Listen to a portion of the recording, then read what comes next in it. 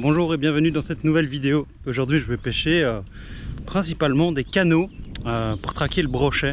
Alors je suis en pré-fishing là pour une compétition. Et petite technique spéciale, regardez, mon leurre n'est pas équipé d'hameçon. Je vais vous expliquer plus tard dans la vidéo pourquoi. En tout cas une chose est sûre, c'est que pour pêcher no kill, là je suis à 200%.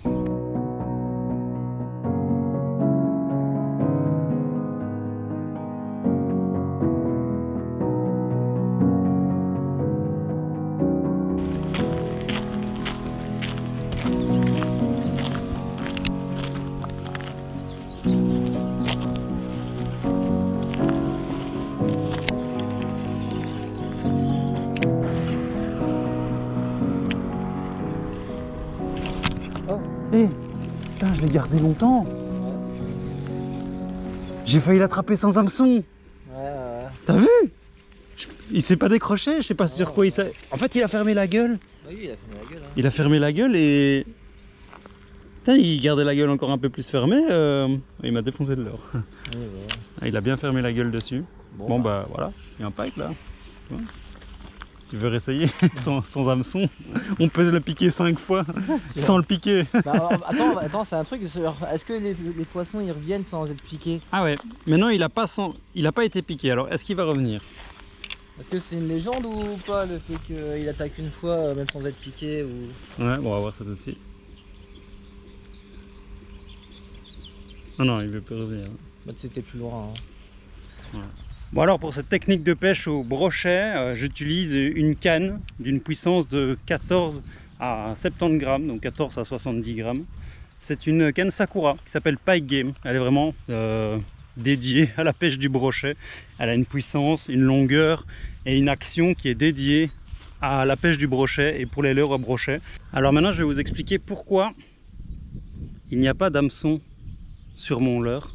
Vous allez dire mais... c'est débile de pêcher sans hameçon, tu es incapable d'attraper un brochet, Hélène.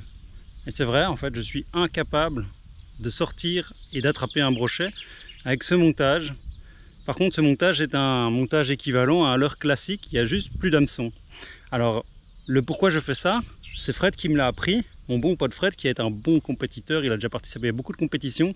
Et durant les entraînements, donc durant les pré-fishing, il est super intéressant de ne pas attraper les poissons, mais de voir les positionnements des poissons.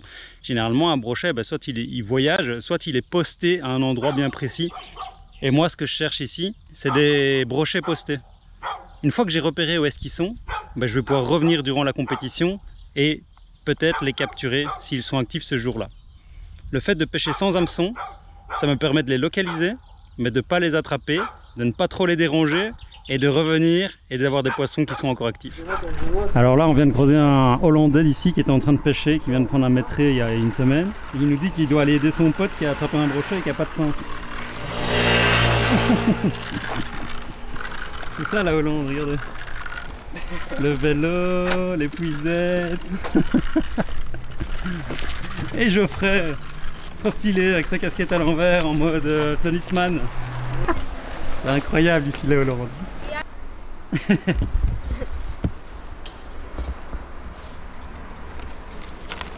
Ils avaient besoin d'une pince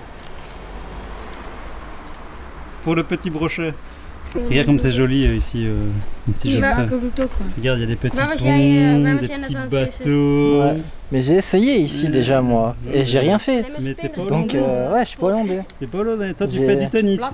J'ai pas mis une cuillère. T'es pas fait pour de la pêche. Ça, il est pris à la cuillère. Ouais. Waouh. Hoppa, mooie fiske.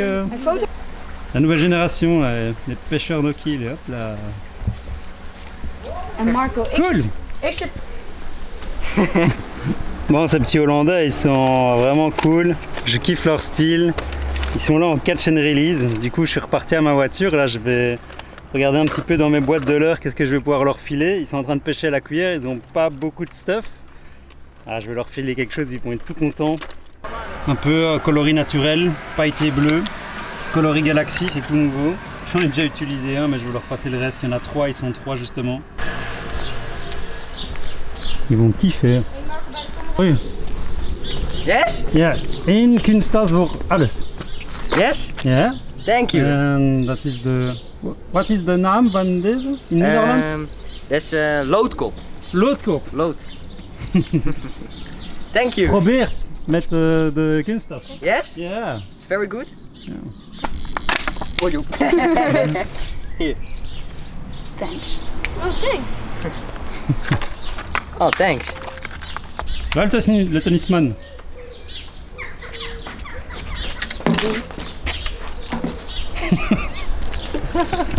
Regardez dans quoi il pêche. C'est super joli ici. Il y a là-dedans des petits brochets et de la perche, ils disent. Bon les gars, quand on retrouve ce type d'environnement, c'est en plein été, on a super chaud, on a envie d'être en short. Mais le problème c'est de passer là-dedans. On va faire 1 minute de publicité maintenant. Si vous n'aimez pas la publicité, vous n'avez qu'à zapper. Regardez mon pantalon short.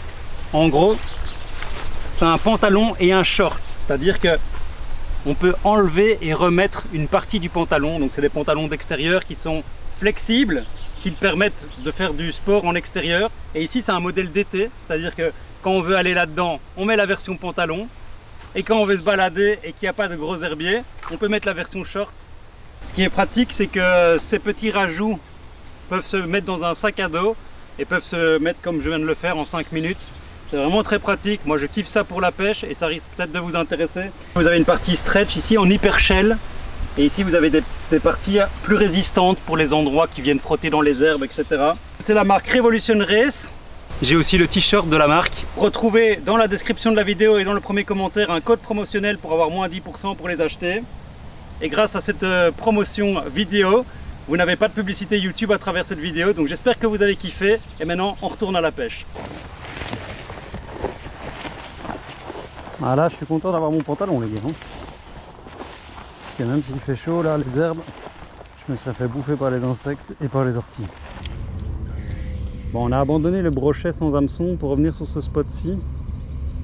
Pour voir si ce spot donne quand il y a du soleil aussi. Parce que quand on était venu, on était en fin de journée, hors des horaires de la compétition. Je vais rejiguer pour les énerver.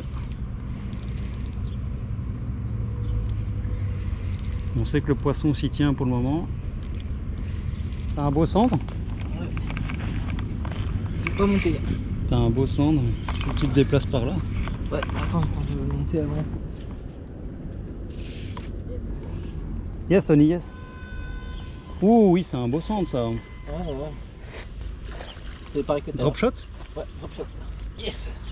Yes Tony, yes. Good job Tony. Good job Tony. C'est le même combat hein.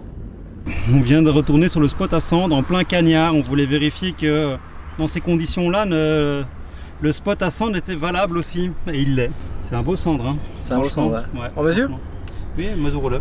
J'ai préparé la toise, je l'ai mouillé. 59. Ah non, 59. Bien joué, tennisman. Yes. Mets ta casquette à l'envers, tennisman. Alors. Voilà, ça c'est du tennisman. T'as trop regardé Roland Garros, t'as trop regardé Roland Garros. Chez Berkeley, je peux pas acheter. Ça va? Poisson. J'ai accompagné sur la descente et je prends une tape directe quoi. Tu veux de l'aide ou tu te donnes un peu? C'est un petit. Hein? C'est un petit. Il se bat même pas. Ou alors c'est une grosse perche.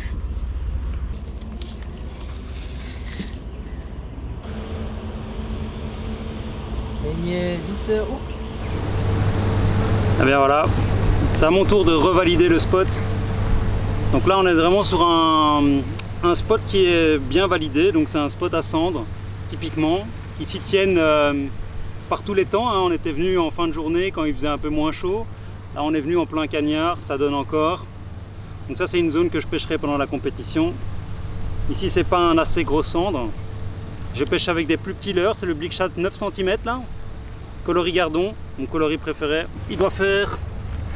Ouais, il fait plus ou moins 53 cm, donc c'est pas assez long pour la compétition.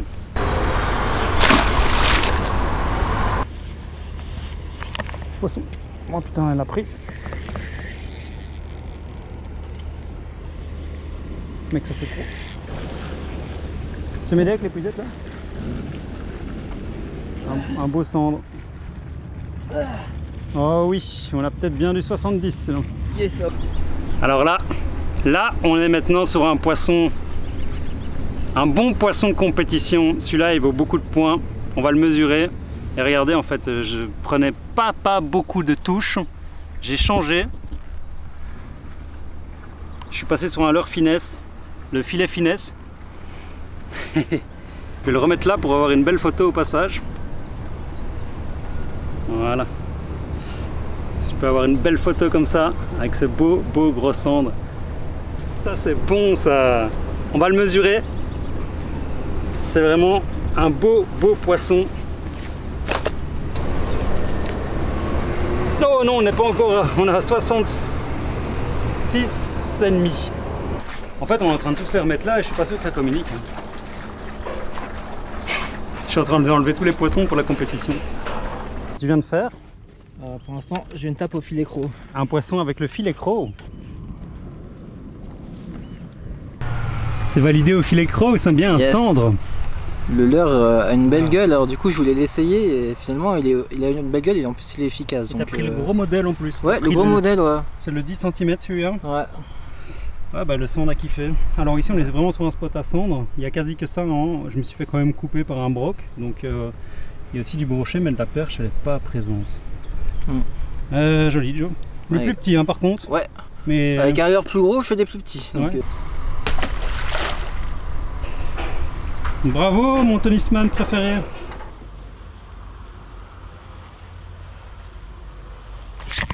Oh la touche. Pouah, sur le gros filet finesse. Oh la touche que je me suis pris ici à la verticale. Ben voilà les gars.